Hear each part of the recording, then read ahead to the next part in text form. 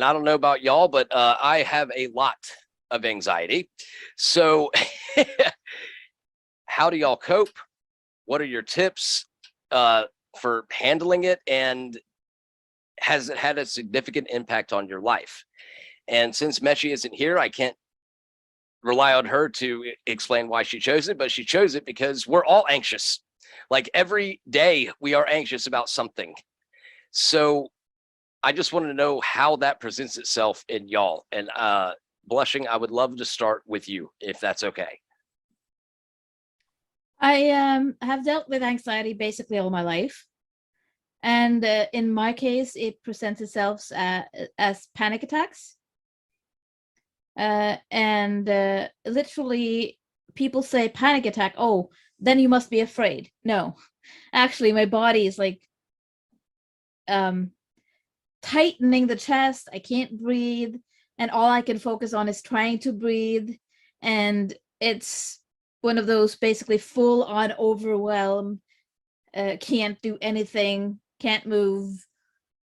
And if someone is there with me, that's awesome. But if they leave, everything gets worse. So yeah, but that's something that's been happening to me since I was a young kid. And for those who don't know, I'm actually very freshly diagnosed after fighting for quite a while to get diagnosed. Literally, I got diagnosed last month, officially. But the anxiety is better now that I know what is going on, and I've actually kind of figured it out a while ago. So I don't qualify for panic disorder. But I also am the overthinker, worry, not that much anymore, but that's because of mindfulness, to be honest. Working with mindfulness for over 20 years will do that. But yeah, that's how it affects me in short, long story short. Is there anything that you do that you use to combat it? Like any tips that you would have, or is it just kind of wait it out? Because I've heard a lot of people that get panic attacks, it's just waiting it out. But yeah, it is basically focus on breathing, try and not be tensing up because that makes everything worse. And write it out basically when it's happening, but preventing it from happening too often is a balancing act, because if I get stressed, it happens more easily.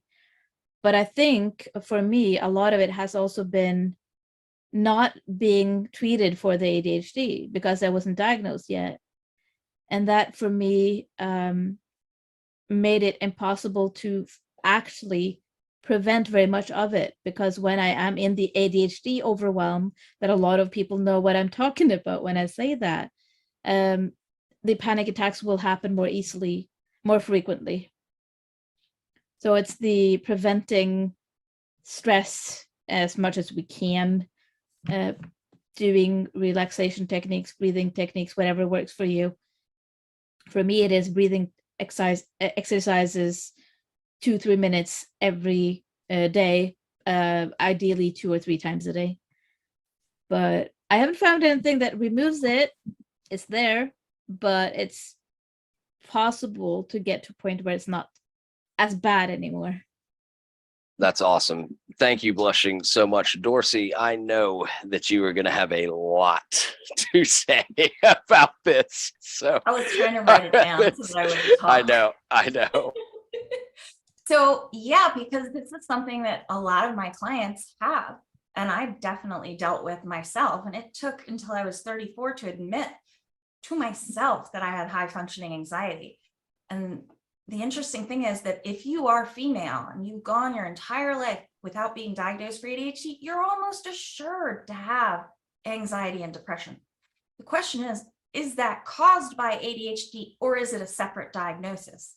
And that's something I don't know because I'm not a medical professional. But the thing that I think that's interesting about anxiety with ADHD is that we have such passionate thoughts, feelings, emotions, all of these things. They're so intense. They're more intense than the average person. Our highs are higher, our lows are lower, and we experience happiness and sadness more than people. We experience more criticism than people. So the trauma caused by ADHD is very specific, and it's developed from a lifetime of these fails, of having the rug pulled out from under you. So we're basically waiting, we're hyper vigilant around what we're not doing, around what we're letting slip, because we're just waiting for that fail that's caused by us, unfortunately, waiting for the ball to be dropped. And that hypervigilance can feel like anxiety. And I don't know what the answer is there. Is it trauma induced? Is it actually related to ADHD? But it is so common for ADHD people to struggle with anxiety. Or is it all of the above? Right. That's exactly what I was about to say. Is you mentioned that when we get low, our lows are lower, our highs are higher.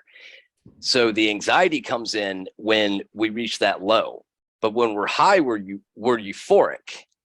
And no one else can experience that type of feeling but us. We're all, like bipolar people can, and it's why we get misdiagnosed with bipolar all the time, which you're exactly right on that. But yeah, I think it's a good thing sometimes to experience and let yourself dwell in the euphoria of a situation.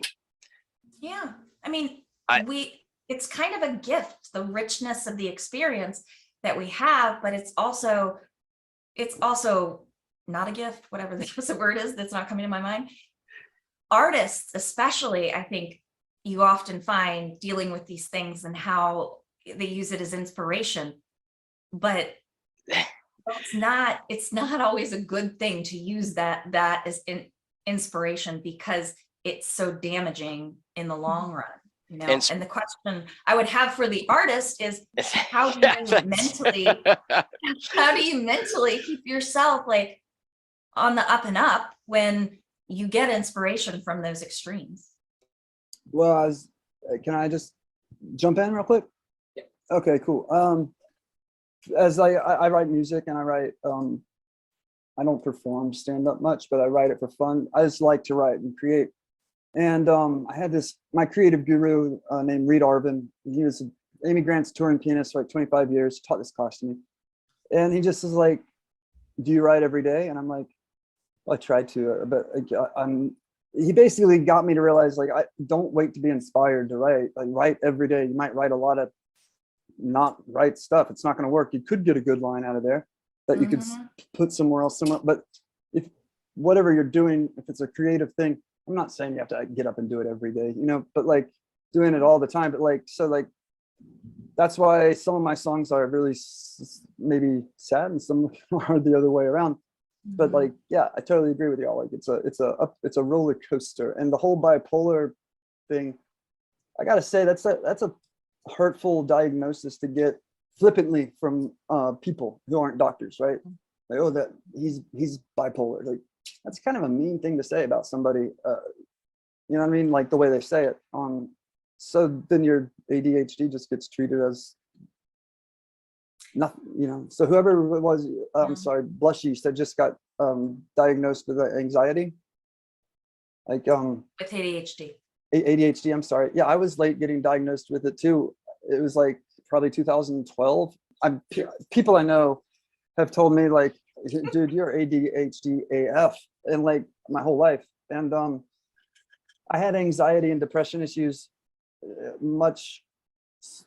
and prescribed medication for it much sooner than I was diagnosed with ADHD. But it definitely was a blessing to get the diagnosis so I could get the treatment. And you know what you talk about there, actually, that writing piece, for several clients, they prescribe to something that's described in the creative way. It's called the creative way, the artist's way, and it's called morning pages. And that principle can be applied to anxiety if you just let yourself write, and you can call yourself out on fall in these cognitive traps like black and white thinking, things like that. You can do your own therapy, and it's amazing. However, I'm going to say that mine was really handled by medication, and it's perfectly fine to do medication instead of doing the other stuff, but the other stuff also helps. like combination of them, you know what I mean? I mean, I wouldn't be able to like get up and have the energy, or maybe I wouldn't be able to fight that depression day. Or I had a gnarly panic attack in Publix yesterday that wasn't just anxiety, it was a panic attack where I was like, they're going to call the ambulance. So, I mean, I can go through that if you want to later, but like, yeah, I feel much safer knowing that like I have my diagnosis and I have my medication and I have a good doctor now. So yeah, I take some comfort in that. Like that itself is kind of like a mental Xanax, if you will. And the executive functioning required to get to that point is really hard, and to maintain the subscription. Only 30% of American adults who are diagnosed as ADHD are on prescription or on medication. And you gotta ask, why is that? Well, it's because it's so hard to get it. You go to the pharmacy, they say they don't have it, but they're bullshit with that. And then all of a sudden you call the doctor, they calls the pharmacy, and all of a sudden they have it. That is my life every single month. Is mom and pop pharmacies. You get a mom and pop pharmacy, you go to them, like where I go, and you're a patient of theirs at that point. They keep it stocked. Like they filled my Xanax. They could only fill like 1/3 of it, but they made sure they had 1/3. That will get me through the week. You know what I mean? Mm-hmm. So they never have been out of Adderall. They've been like, we only have like 30, but I don't need 60 at once. You know what I mean? So it's like once you're in with a mom and pop pharmacy, you're kind of in. And the reason they open those is because they're sick of that. Interesting thing, I think, also is that we also have this fear of being accused of abusing our medication, and that might be justified, but that fear can stop us from even asking for medication, and it really sucks. That is a great point. So I will be honest with y'all right now. This is going to be edited out as shit after I say this, but I am on. Okay. You need to try my Deas. Oh my God. It lasts 16 hours. I can't do extended release. It rips my stomach into shreds. For me, it works. I go to bed.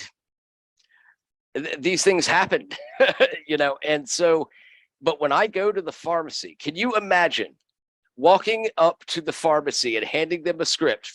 But that's no, you actually are normal, because the diagnosis criteria in the DSM is out of touch. And I've been told that by many psychiatrists. Yeah, it is true. So what the pharmacy does is they play this game where we don't have that. And then I call the doctor's office, they call the pharmacy, and miraculously within 20 minutes, oh, we have it, it's ready. That's what pisses me the fuck off, is that they are denying me the medication that I need because it's a little bit too much. They're not the doctors. No shit, right? Like, I know a lot of pharmacists, and they're not much. Graduated on the top of their class, I'll just say. That's a lack of education and awareness on their part. It is not too much. Know that it is not too much. I agree with that. So Terry, ADHD and anxiety. What do we got? Yeah. This is another one that could. Yeah. So, well, right now, my dog is having a panic attack. So he's joining the club. He gets really pissed off when my mom leaves the house. And He could be on the he can't podcast keep too his tabs on him. if he wants Dogs to. have ADHD. They do make. He does, and separation anxiety really bad. Dogs It'll do. take him another half an hour to calm down. But oh boy, yes, I know anxiety. She's my ride or die. That bitch has been keeping me alive all these years. The first thing I was diagnosed with was depression in high school.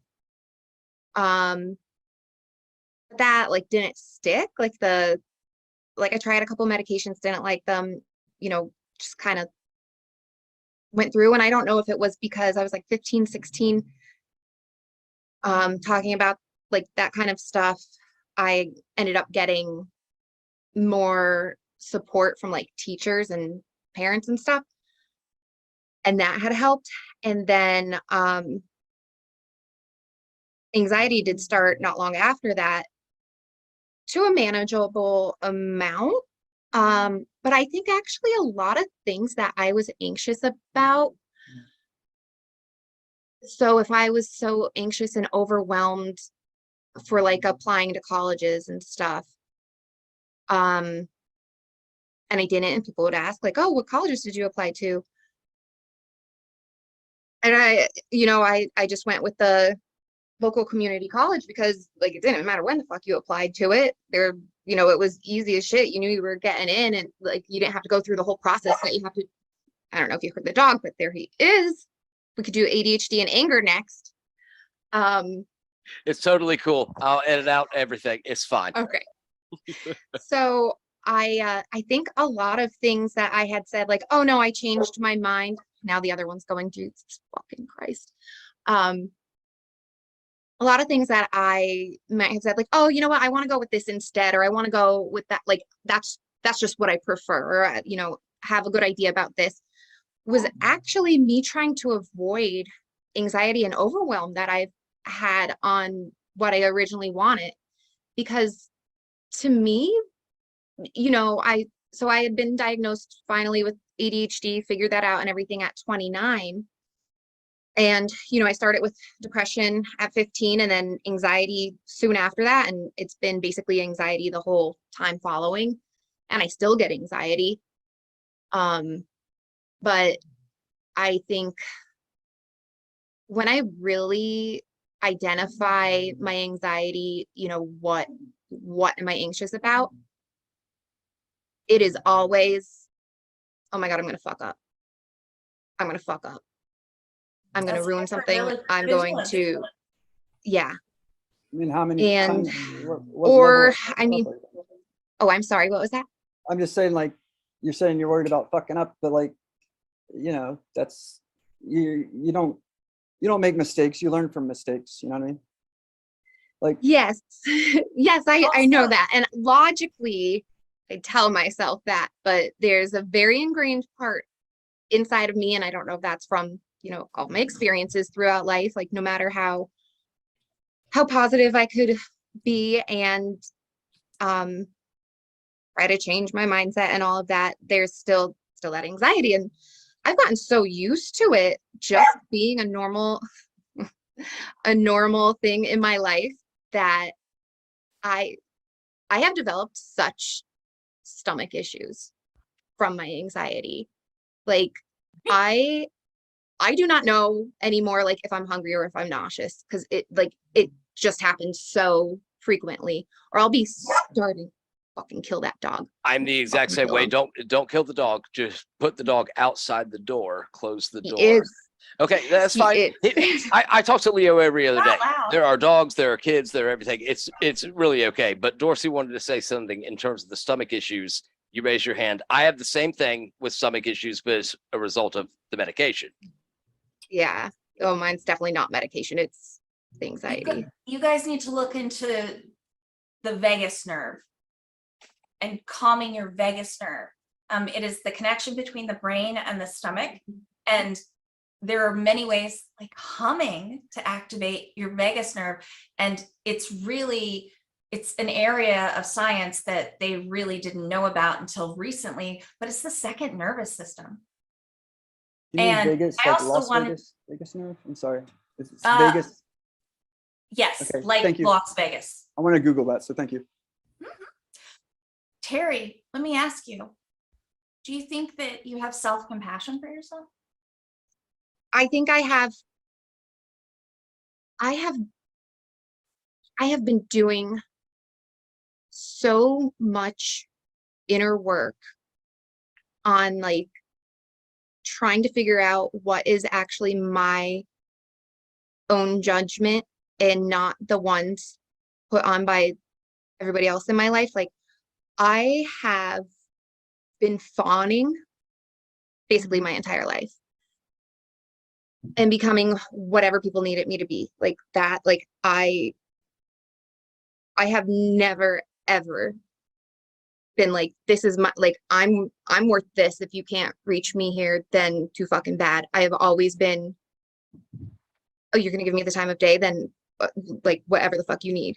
And then So with no that boundaries. anxiety of I'm gonna fuck up is constant, like they're not gonna want me around anymore if I fuck up. And you know, they want me to do these things and they want me to do it this way. And I don't know how that works. And I only knew I've had ADHD for 2 years now. So I like It's fear I'm of getting anxious right rejection. now talking about it.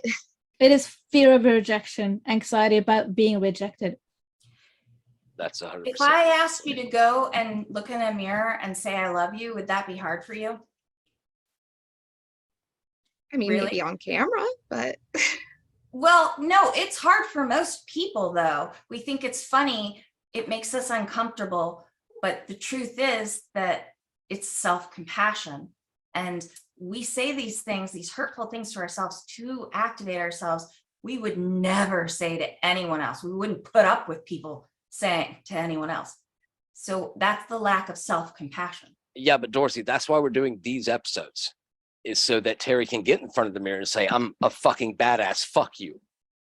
Like that's I do when I'm it- driving and right. Lizzo tells me to, or like Beyonce says, like I look in the mirror and I'm my favorite bitch or something like that. Or look in the mirror and I'm like, yeah, that's right. In the rear view mirror, but But I That's agree with you, different. Dorsey, is we are so down on ourselves all the time. That's why that is the reason for this podcast, is so people Yeah. can stare at themselves in the mirror and say, I am a fucking badass. Deal with it. You know, that statistic about how Sorry, many negative comments kids hear, ADHD kids, I think that there's a large part that leaves out that self-talk that hears that negative comment one time and repeats it 20 million times. I think that our Absolutely. self-talk is incredibly powerful. Oh, it absolutely is.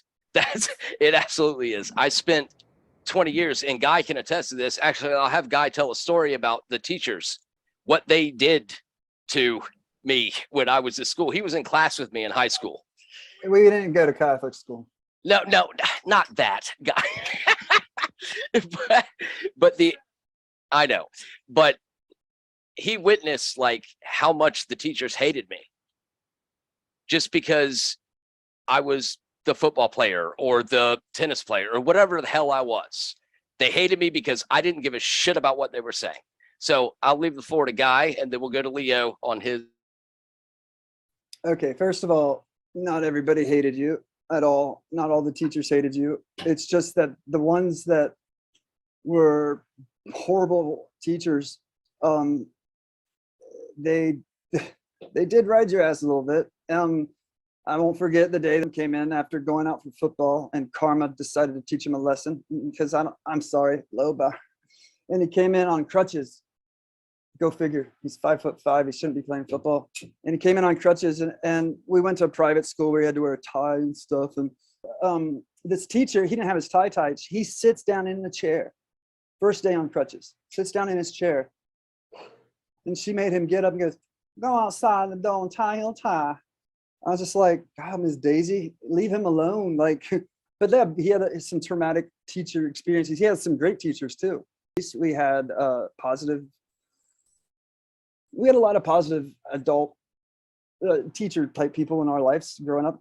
You said JH, a couple other teachers, but I think that the ones that were negative, I think they just stick out in your mind, and you gotta let them go, man. Like it's like it's telling Terry to look in the mirror and say she like they didn't hate you, man. They were just doing what teachers do.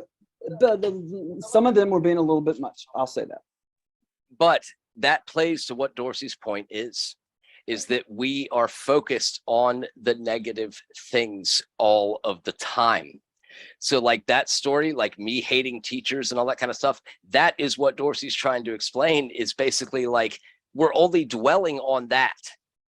Instead, So- is that right, Dorsey? Like It's the negativity bias, and it's right. It's unfortunately something we have to fight against constantly.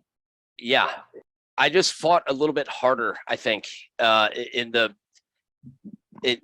school system, because I hated it so much that it would send me home crying every day. It was a difficult school, man. It was a very hard school to go to. It was very demanding.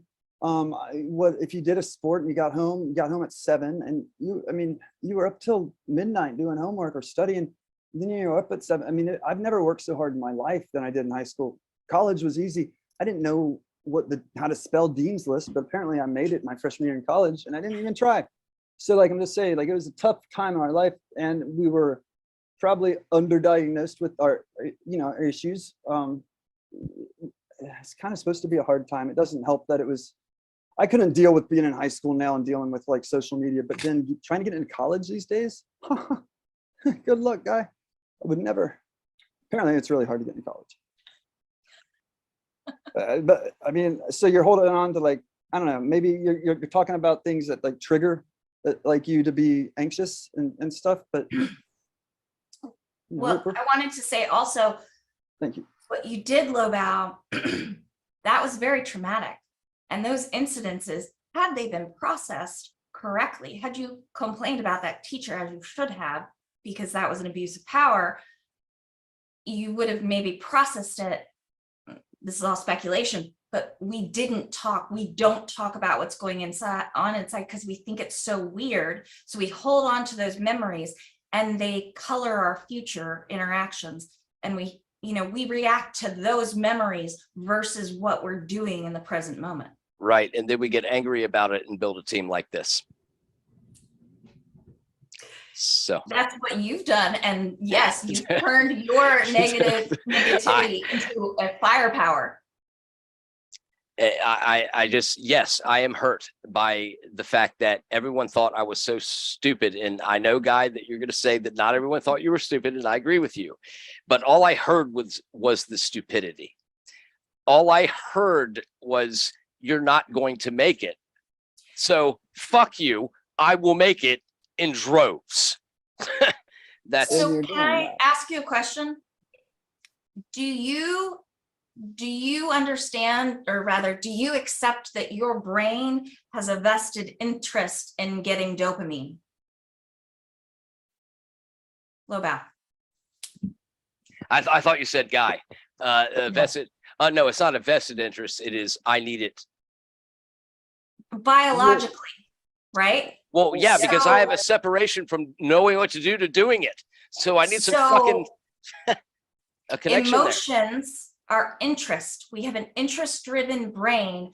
Those negative emotions drive more dopamine. So your brain learned that, and you remember only the bad stuff. But I promise you, there was good stuff too.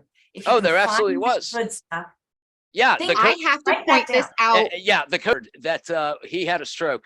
He gave a speech at my wedding. He was a teacher of mine. He was a football coach of mine. I talked to him once a week.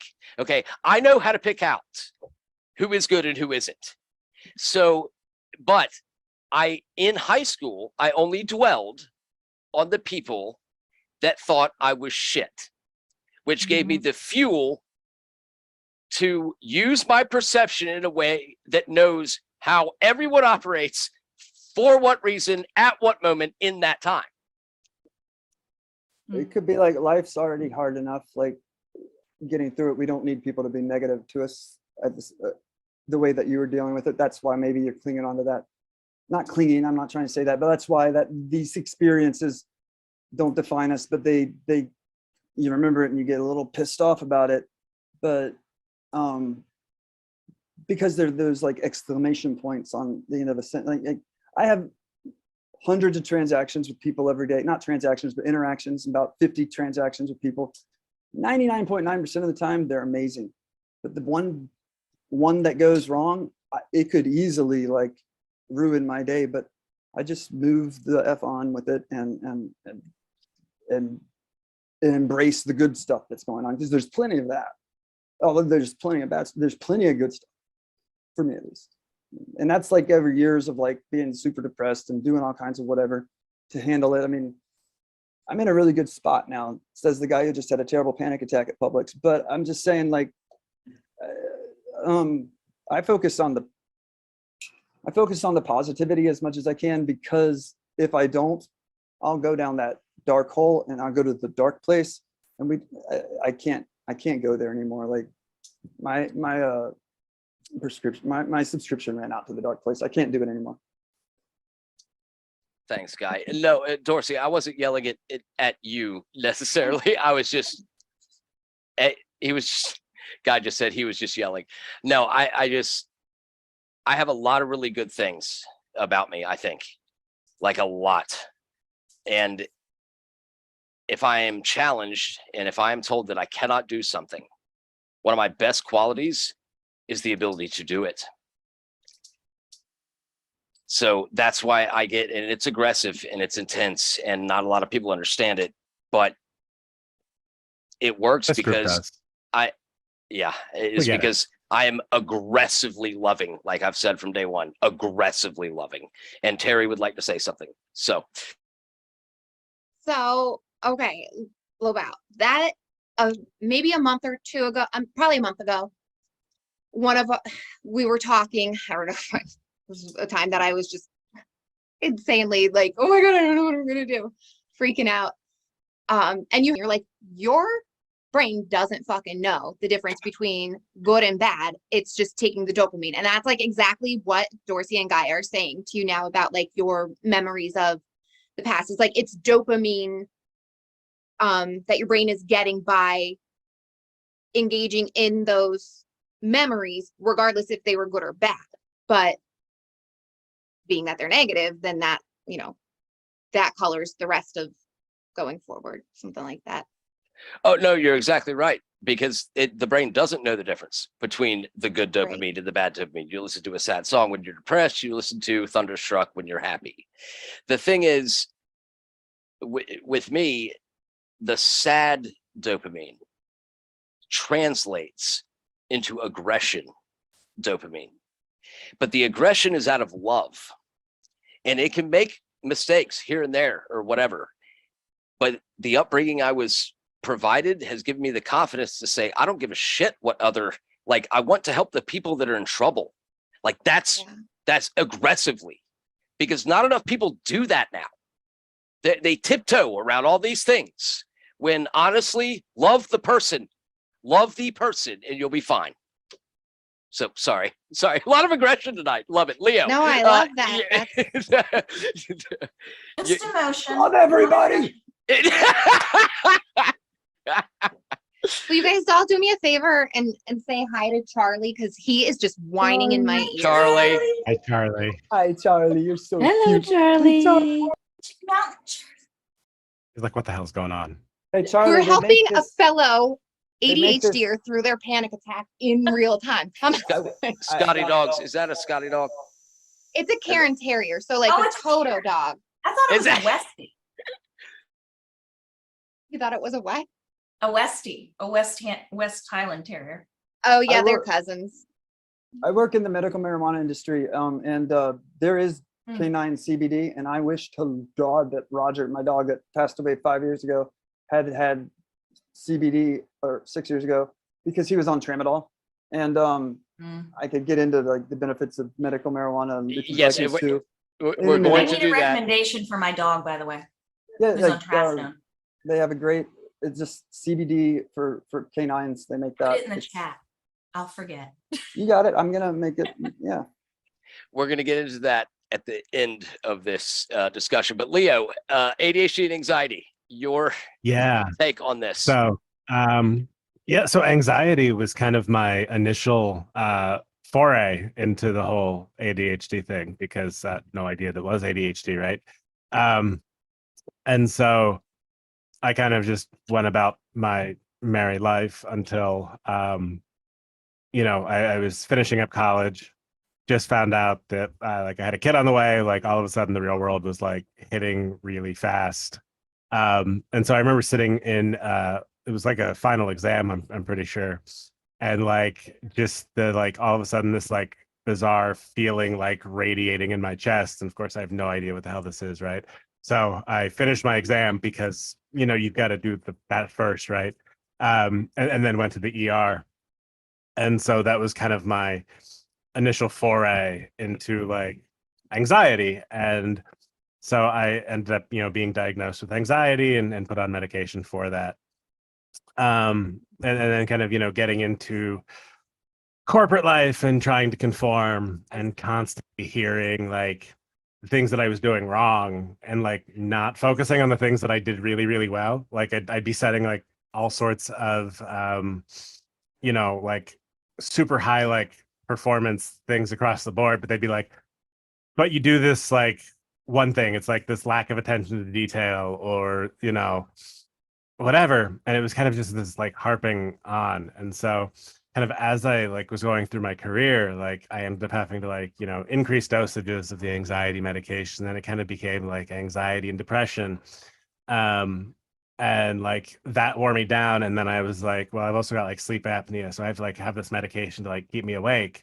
And it was like this like weird balance and kind of looking back on it, like, I underwent these treatments for like 10 years or so and like just like trying to be able to exist in the corporate world. And again, like it's those constant messages, and like Dorsey was saying, the repeating those like negative messages over and over. So it's like I'd get like a little piece of negative feedback at work, and like kind of like low about here, like I'm still like thinking about some of that feedback that I got like when I first started like working. Like my first manager was telling me some of this stuff, and like it still just like constantly replays. And so that's actually like why the pandemic really helped, when all of a sudden I was able to just like work from home. And that's when I was able to kind of realize that like I didn't need to live that way. And yeah, I think the whole like anxiety and depression thing, and ADHD are just they're so tightly linked there, because that's one of the first things that can kind of be externally seen. And especially it's more common, kind of a diagnosis, and like that's my doctor was like, okay, well, that you've got anxiety, you've got depression. From kind of that just like general practitioner. And now granted, like she also had recommended like, oh, well, maybe you should see like a therapist and like talk through some of the stuff. I'm like, no, just give me the pills. Like I'll be fine. Just give me the pills so I can go to work and be happy enough, right?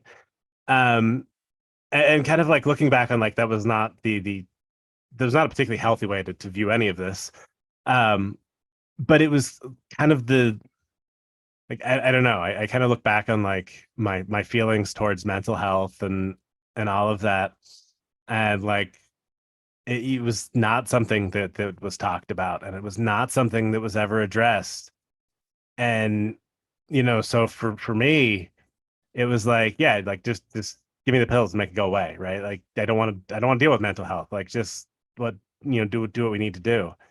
And like I think there's so much like cultural programming that comes into play, and so many like different things, and there's still a lot of stigma, and I'm happy to see that it is going away, and that's why I'm like really excited to be part of this, because I think this is so incredibly helpful, because more and more people are going to be able to get to that point where they realize like it's okay to talk about, it's okay, it's part of life. We actually really need to address some of this, because Normalize.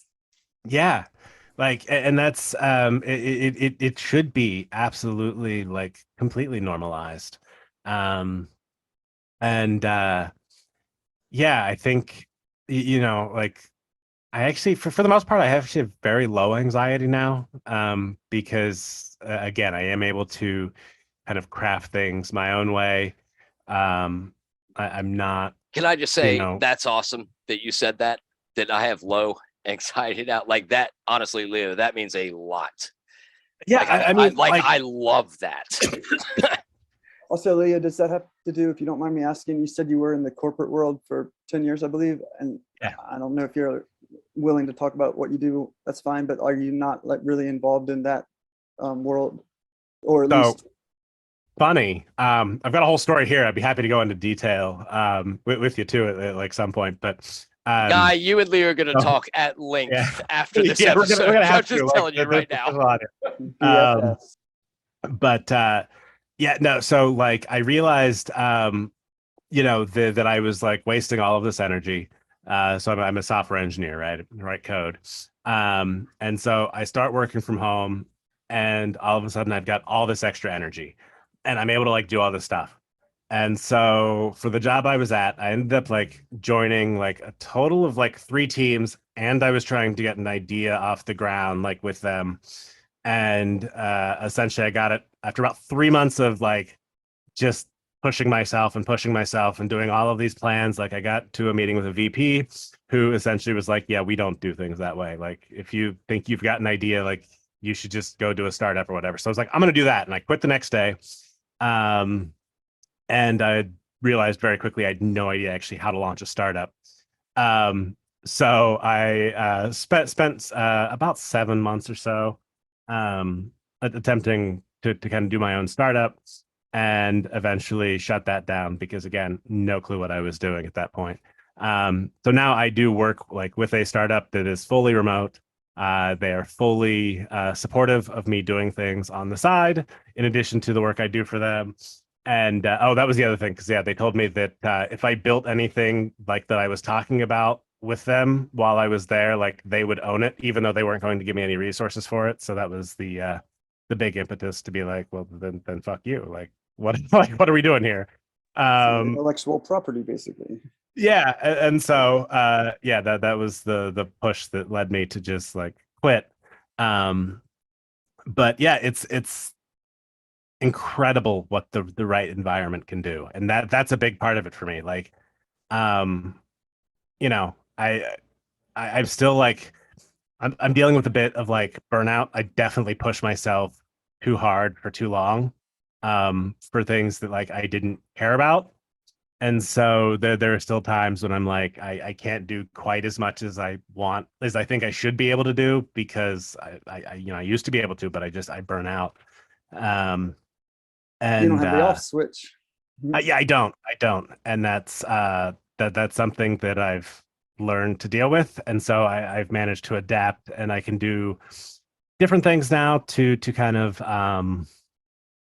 just yeah, I just kind of offset what I can do in terms of coding with kind of other skills. And so I started building up just a whole bunch of different skills to support that.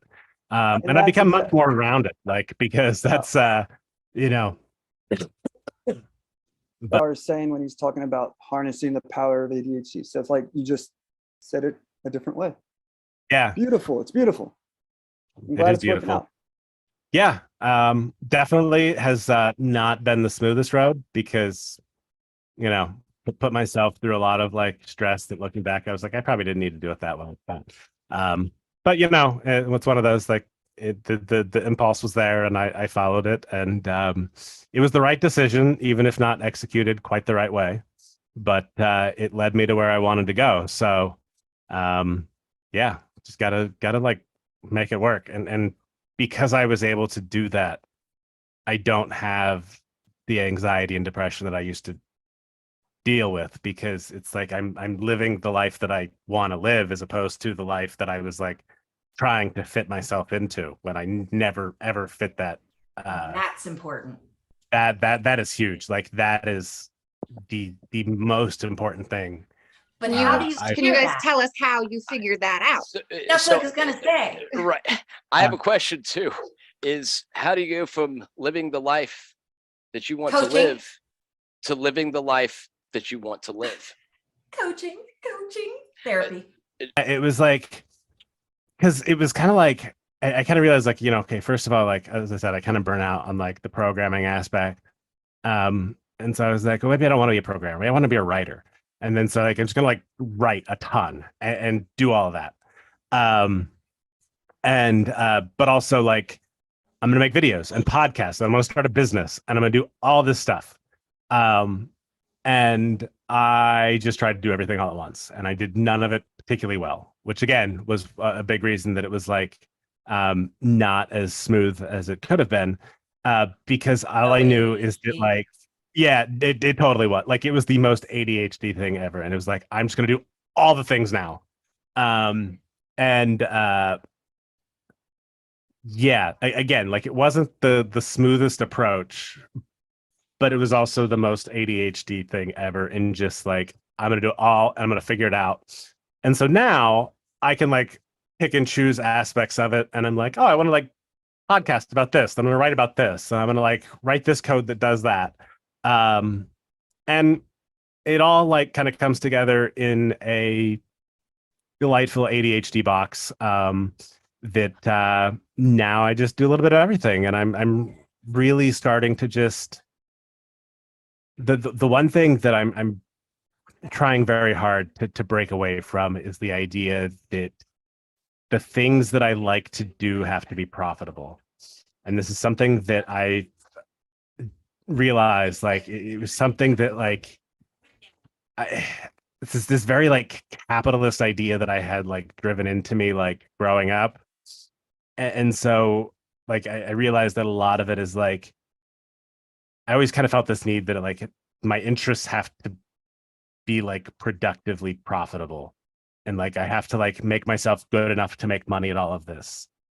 And I'm trying to break away from that and going, like, I just like to do this and it's fun. And if it makes money, that's great. If not, that's totally cool too. But it's definitely something I'm still working on.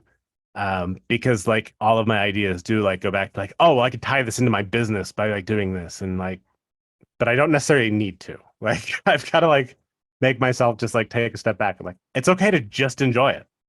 Right. Dorsey, I've been talking a while, yeah, so I'm Dorsey. Sorry, I saw her. Would you say, Leo, that you had to give up your programming to find your own voice? I did, and I'm still working on the whole deprogramming of it. Freaking hard. You didn't have Yeah. to. No. You didn't have to give up programming. No. Give up my own programming, like my internal programming. Okay. No, I was about to make- like what you're told is right and what you should want and what Very you fair. should value. Very fair. I thought it was like Yeah. programming, like coding and all that. No. Kind of, No, like what you, no. Oh God. So I've Okay. been doing that, but I feel like I have just been saying fuck you to everything and everyone. So there are things that like I really should be doing. That's I really great, though. need to do, but I'm like, fuck that. I'm not fucking putting Yeah. gas in my car. Who the fuck do you think I am? I ain't listening to anybody. That's Goddamn. awesome.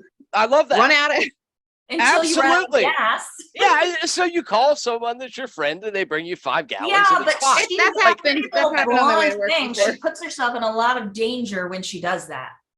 So you have to be realistic too. Yeah, but Even though realism comes with a certain aspect of, you know, that you can call someone that you trust if you get into a situation like that. That's So true. that's like the reason that I am so confident is because I know without a shadow of a doubt, if I fuck up, there are 15 people that I can call that will be there that I trust. So that's where the whole ADHD and friendship thing comes in. Is Yeah, but all you motherfuckers are too far away from me. so move close. But I will say too, you know, Guy, with the way you the industry you mentioned you're in, that actually played a big role for me too. You know, I use that as a way to it helped me like almost step outside myself, and I actually used it even as an ADHD medication before I was officially diagnosed, because I found that it worked, and it was something that I could rely on to kind of reset me when I found myself like veering off. All day long. And so, you know, it's it is amazing. Like you find certain things that work for that. It is amazing. Being able to- We are going to talk about that after the Yeah, recording. That's, fair enough. yeah, I still have a job. So that's, Blushing, do you have anything to add to this? Because I feel like this is kind of your episode in a way. Anxiety. You've gone through so much in the last 8 months getting diagnosed. 8? You are or a year, 2 years, whatever it Try is. 14, 15 months. Okay, whatever it is. You've been through anxiety every single day with no out at all, aside from Yeah. talking to us. I would love to hear from you. So when you have to be in, well, Dorsey called it discomfort. To be honest, it's extreme stress on your body and your mind. And well, how I dealt with it, I had to keep going. I didn't have a choice, you know? And I broke down 3 times in about 3 months in the late fall, early winter. And literally, I was fighting every single moment of every day after that to not break down again, because I was sure that I would not get up for a really long while from that break if I broke down again. But it is all the techniques you've learned over many, many years. I've been meditating. I've been doing mindfulness for 25 years. I was lucky to learn it early in life. And I've been doing like talking to people. I've been doing these podcasts, being very open on Twitch because I'm a live streamer on Twitch. So I've been very transparent with people about how I'm doing, and leaning heavily on the people that can handle it and cutting those out that can't handle it. Handling it by basically limiting the energy I spend on other people outside of a selected group of people. So yeah, I was being more selfish because I've always been very, very giving to people. But over many years, I learned to find a balance there and not only give, but have that. The scales weren't tipping one way or the other, they were better. I love that so much. Dorsey. So the question that needs to be answered is, or rather, I don't know what if it's a question. I don't know what it is, but how can you give anyone anything if you can't hold back for yourself? If you don't have anything to give, you can't be there for other people. Yeah. So we have to learn to prioritize ourselves. So in this blushing, at some point, you got fed up and you started prioritizing yourself. Well, spring of 2021 is when I realized that, heck, I need therapy. I sought out private therapy online, had to pay for it out of pocket, and discussed this with the therapist or counselor that this is what's going on. I'm struggling a whole lot, and this is what I'm thinking, and discussed the ADHD thought, and got basically told, yeah, you should definitely go see your GP. But from that, and now I brain fogged on what was the comment that you made. That you have to prioritize yourself. Yeah. So I went basically, if I don't do something now, like in March, April of last year, then I will be seeing a train wreck of my own self in not long. Yeah. And I decided to basically do what I said about having a selected group of people. And also when Lobao and I met the first time on a channel on Twitch that wasn't my own, and he was talking about doing podcasts on ADHD, I said, to heck with it, jump in, say, hey, I'm here, I'm on, I'm in, I mean, and he said, oh yeah, let's do it. And basically said, I'm gonna put myself first and do this thing that I feel like doing, and these things that I feel like doing, doing more things for myself with people that matter to me. And it didn't remove the anxiety I was dealing with, or extreme stress, and basically anxiety induced by that. But I will also say that when it comes to anxiety, now that I'm actually diagnosed and pretty recently started on ADHD medication, my anxiety, which was the more like underlying feeling of extreme stress, is not gone, but it's way different. And I would say that a lot of it was probably not even anxiety.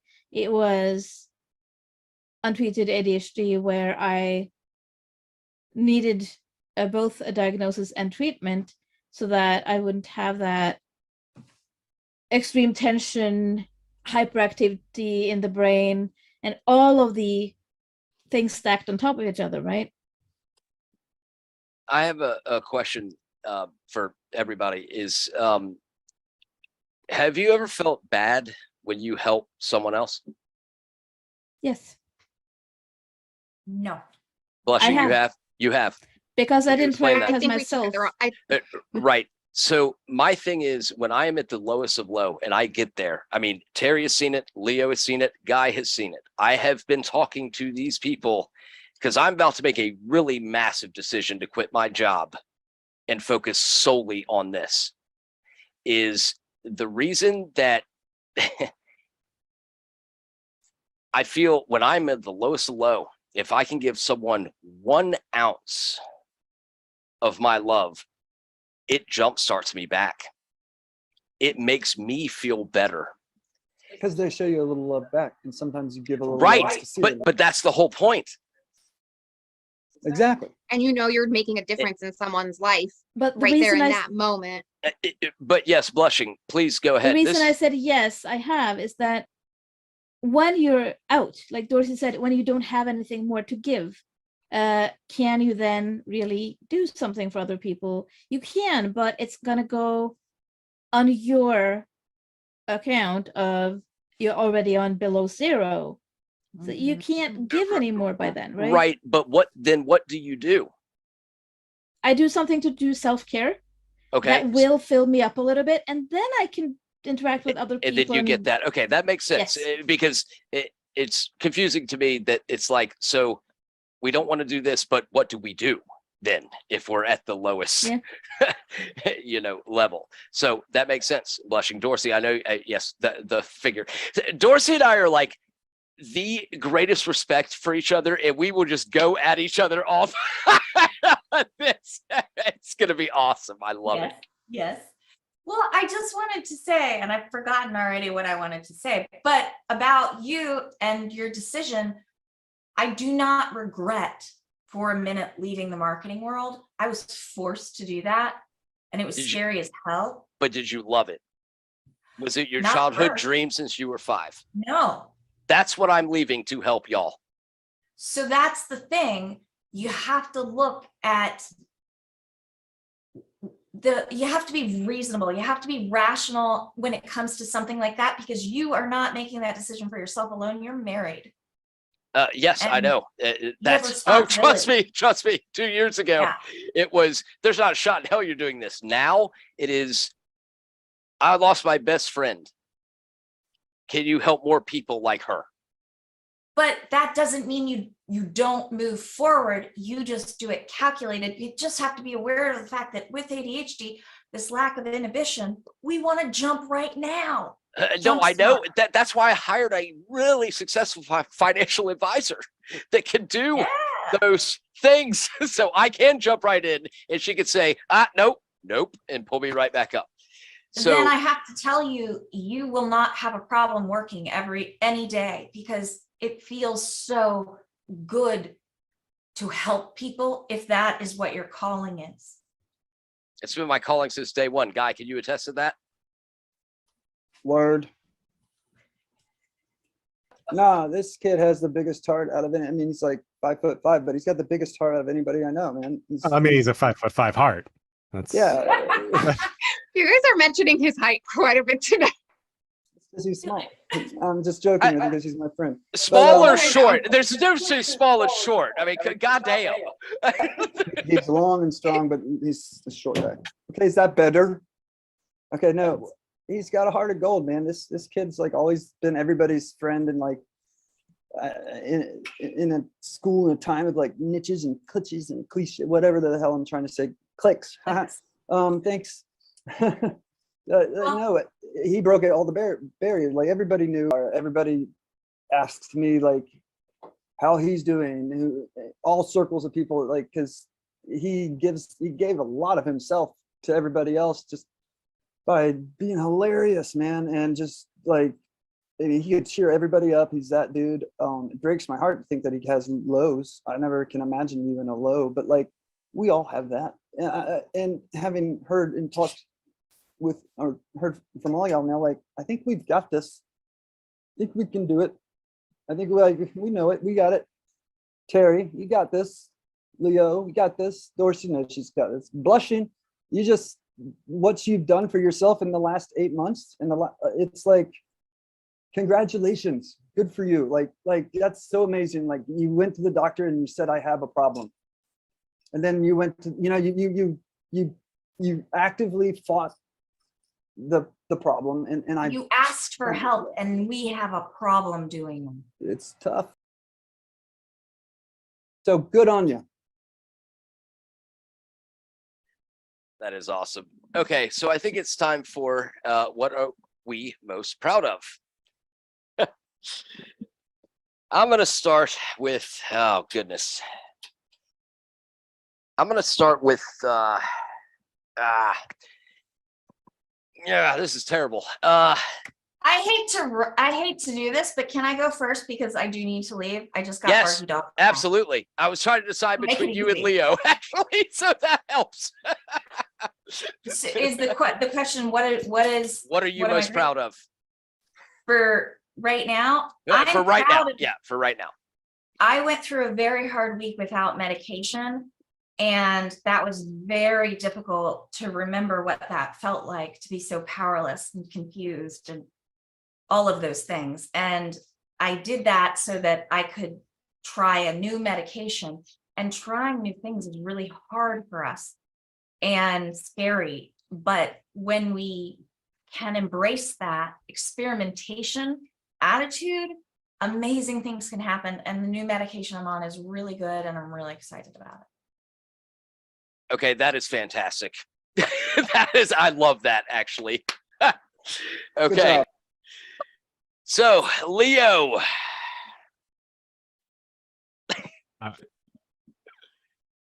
All right. what are you most proud of?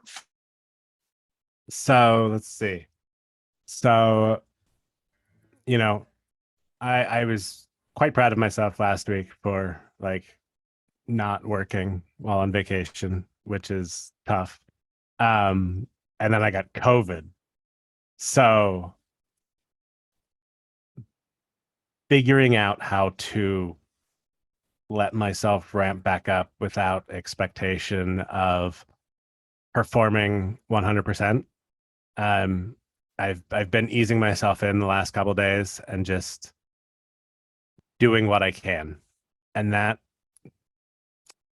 been big because it's like I That's do huge. just want to like That's huge I because do I don't just, know like, how I to want do to just that. like jump straight into it, Right, but like, I can't let myself do that because I could feel like if I try to push myself, it all goes to shit real quick. And, we like, I talked just about start that going, last night. I'm Yeah, like, how do you right. do that? I cannot be sick. Like I can't, because it just sit down and do nothing. Like I can't. I Well, can't the good do news that. is I didn't have a choice. So Okay. Well, that helps.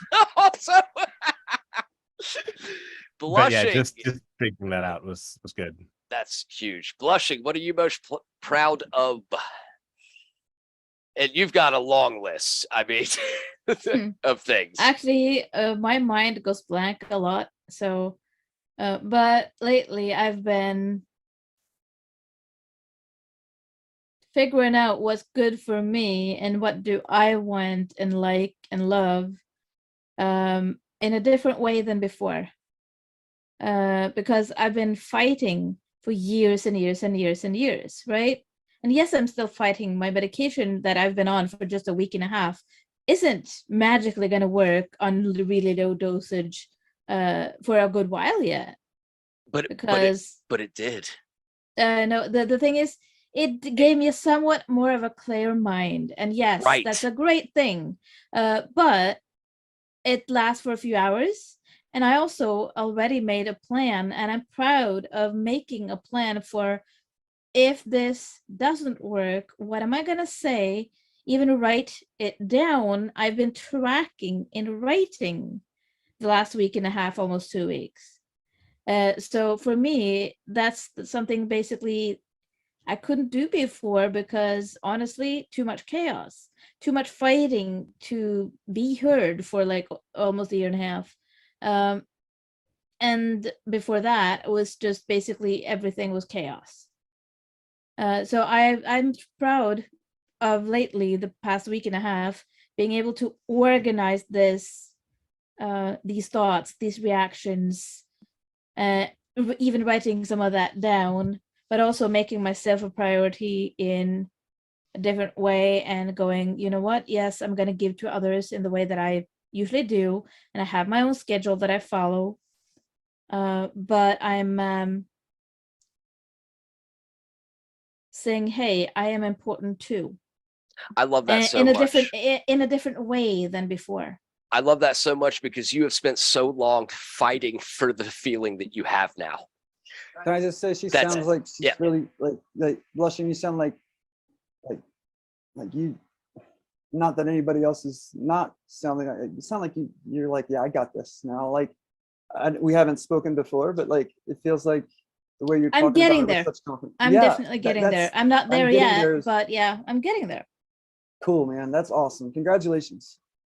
Guy is going to make a song called Blushing Crafter by the end of this. But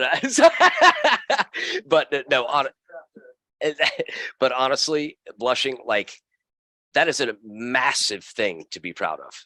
You have been through more than arguably any of us in terms of the medication situation. I am so proud of you. Fuck yes. Terry, or actually, no, I want to go with Guy first. Guy, what are you most proud of? Well, I'm on day 2 of a 5-day vacation from work, and I never take time off from work, so that's rad. I'm really proud of finding your house today. No, I had this, like, I have anxiety and stuff, but I had like this panic attack from hell yesterday at Publix, where when I walked in, it's one of those panic attacks where I have like maybe like 2 or 3 times a year, and then maybe not for a year or two. Okay, the kind where first it's the sweaty and you feel like you're gonna vomit, and then you can't hear anything. I'm in Publix and they're blasting Hootie and the damn Blowfish or something, and like I can't hear anything, and all I want is apples. And I know how strange I look already, like, and now I'm sweating. It's a bad look, but I still was just like, all right, dude, you got to sit down. Like, sit down in the middle of the produce section. Take care of yourself. Breathe. Let's look at those apples and make that look like you're doing something. Nah, fuck that. I'm just gonna chill. I did this to somebody who was working there. I was like, hey, I'm having an anxiety attack. I'm fine. I'm gonna be fine, but I'm just gonna sit here. Is that cool? And they're like, yeah, that's fine. You need a water? They brought me water, but like, I didn't try to like muscle through that, because if I had, I would have ended up passing out, hitting my head, and having a seizure, and then owing St. Vincent's another $600 for an ambulance ride. So I'm proud that I rocked that. I like took that panic attack and kicked it in the ass, although it was a bad look. Yeah, I'm proud that I got through that one. That's amazing, actually. I'm proud of you for sharing that. Yeah, absolutely. Honestly, That's like, absolutely. We've all I talked shared it about with the this stuff, whole but we've damn never store. actually shared like, hey, this happened just yesterday, or like I had to sit down and tell some, like, because I'm almost afraid to like say any of that, because I'm like, Don't yeah, be. I had to, like, I had to have my like people at work take me down to the urgent care before, because I was like, oh yeah, I can't breathe, and they're like, why is your body moving like that? I'm like, I don't fucking Ask know, for but help, man. it's not Everybody's cool. generally, we all love each other and care about each other, and the people you work with, they don't want to see you. They want you to be your best, and you want to, I work with some people that really take care of me, and I take care of them. Like, it's an amazing group of people I get to work with. And what we do is in our industries, we're helping other people with their medications. And at the end of the day, that's super freaking rad to do. But like, yeah, it's rad, man. Like, sounds like I'm happy to share anything, but like, yeah, I shared that with the whole store at Publix, so why not tell y'all? I appreciate it. Thank Let's you. normalize abnormality. Yeah. So, Terry, do you have a most proud of? I know you called on me last because I always take too long. Well, no, hovering and I'm calling on hesitating. I'm calling on myself last. But Well, you always have to be last. oh, of course. I do have something, and it Okay. doubles as a possible tip. for anxiety. So I've really been trying to take care of myself, my mental health, like fucking nurse it back to health from like it's like I had fucking open heart surgery on my soul or something. So I'm just trying to, which means that the anxiety is just pretty much constant.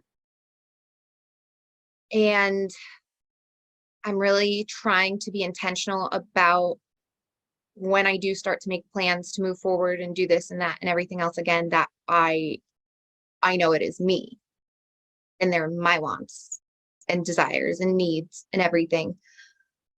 So actually, and this is so silly, I saw this activity book.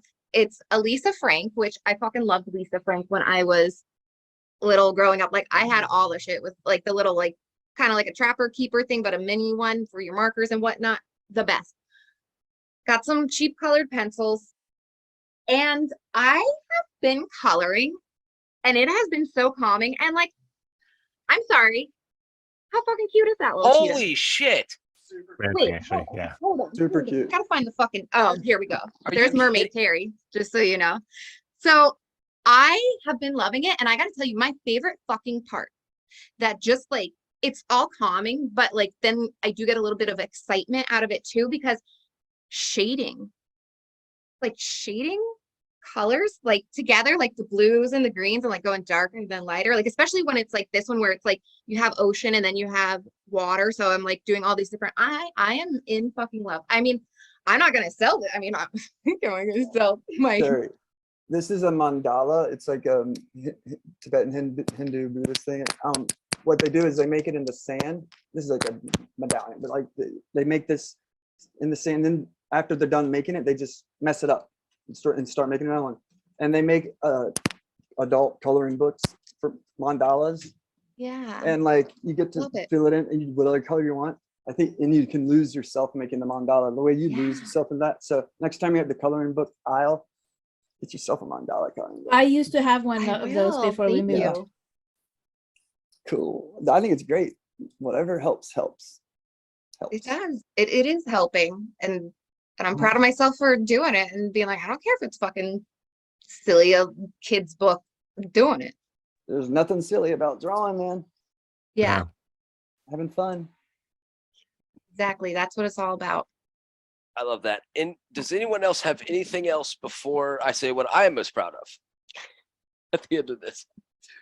Blushing. Go for it. I'm just waiting to hear what you're proud of. I'm so excited. I'm sure you are. I am most proud of the fact that I have not seen Guy Farmer in probably 20 years. We saw each other in 2012. At what game? 2012, I came down here after I moved back from Nashville. Remember the oopsie doopsie story? And Oh I- shit, with Donald. That's right. Okay. Yeah. Gotcha. There were a lot of people here. It doesn't matter. So 2012. Okay, so a decade. It's been a decade. I am proud of myself. And 20 for- years, because this last year has been 10 years easily. So you're good. Yeah, 20 yeah, years. that's very true. It's like no internet.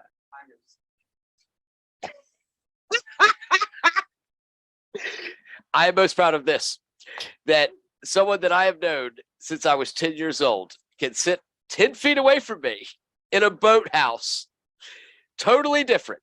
Okay. Like obviously music, sports, whatever. We disagree on like probably every single political thing you could think of, but I love him because I love him as a person. I know what he has to give to this world, and I am fucking proud of that. And don't chime in on me, Guy, okay, on here, because we got echoes. Okay, so I will mute it before you chime in.